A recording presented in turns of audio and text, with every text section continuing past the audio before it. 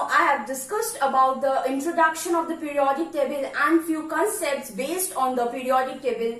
We have also seen how to determine a position of an element based on its configuration, and how to determine the atomic number based on the position of the element in the periodic table. Now we will see the properties that gets repeated after a certain interval of time.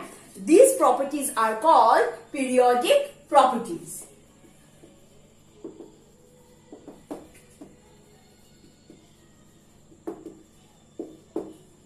The properties which these elements possess and these gets repeated after a certain interval of time, these are called periodic properties. The first one is the atomic size or ionic radii, atomic radii. The second one is ionization potential. Third one is electron affinity.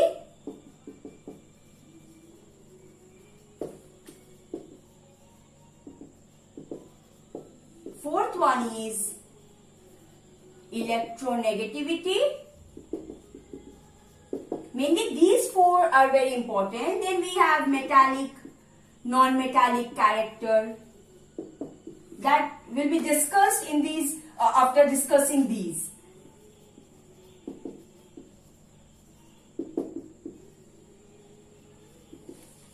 This property will be discussed eventually while discussing these properties. Okay. Now let's see one by one each of these properties. Number first one is the atomic size. This means it is the distance of the nucleus of the atom. Distance between the nucleus of the atom and the outermost shell or electron. So if suppose this is the nucleus, so from the nucleus till here, this is the atomic size. And there is also ionic size or ionic radii. And for this you have to know there are two, cation and anion is there. Size of cation is smaller than that of the parent atom. So size of cation is smaller than the parent atom. And anion is bigger than the parent atom. We will come to this. Now, what are the factors on which this atomic size depend upon? This depends upon your nuclear charge. So you see, and also the number of shells. So more the number of shells, more will be the distance. So this is the first shell I have drawn. If I draw another shell like this, so distance will increase like this. So more number of shell, more will be the size of this atom. Nuclear charge, what is nuclear charge? It is the charge exerted by the nucleus on the outermost electron. So this is the nucleus and it has got positive charge. This nucleus has got positive charge, so it will try to pull electron towards itself. So it will exert its charge or its influence on the outermost shell, on the outermost electron of the valence shell.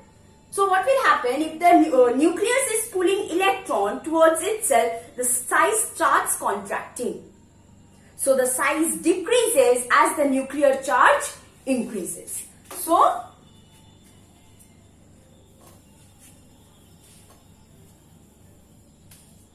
nuclear charge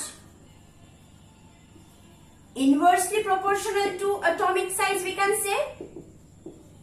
Charge increases, size decreases, because as the charge increases, it tries to pull electron towards itself, contracting the size. Number of shells directly proportional to atomic size.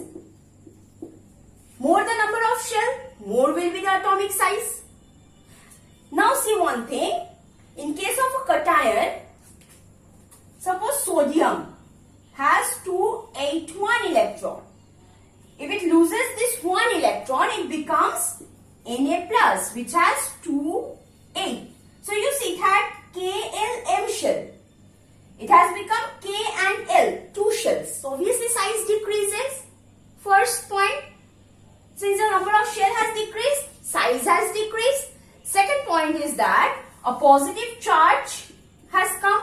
So the nuclear charge is dominating over the number of electrons. So nuclear charge is more now because you see atomic number implies the number of protons. If 11 is the atomic number, that means it has 11 proton, 11 electrons. On the other hand, if it is forming a cation, it has 10 electrons but 11 protons. So more is the number of proton in the nucleus. So nuclear charge is more in the nucleus. So since nuclear charge is high, it will pull the electrons towards itself. Thus the size contracts. So that's why the cation has a smaller size than that of the parent atom. Now in case of anion, like chlorine, if I take chlorine, it is 287. It needs to fulfill the electron, its configuration, which should be 288, the octet rule. So it will gain on 1 electron and it will become 288. So you see, in this case, number of proton is 17 proton, 17 electron.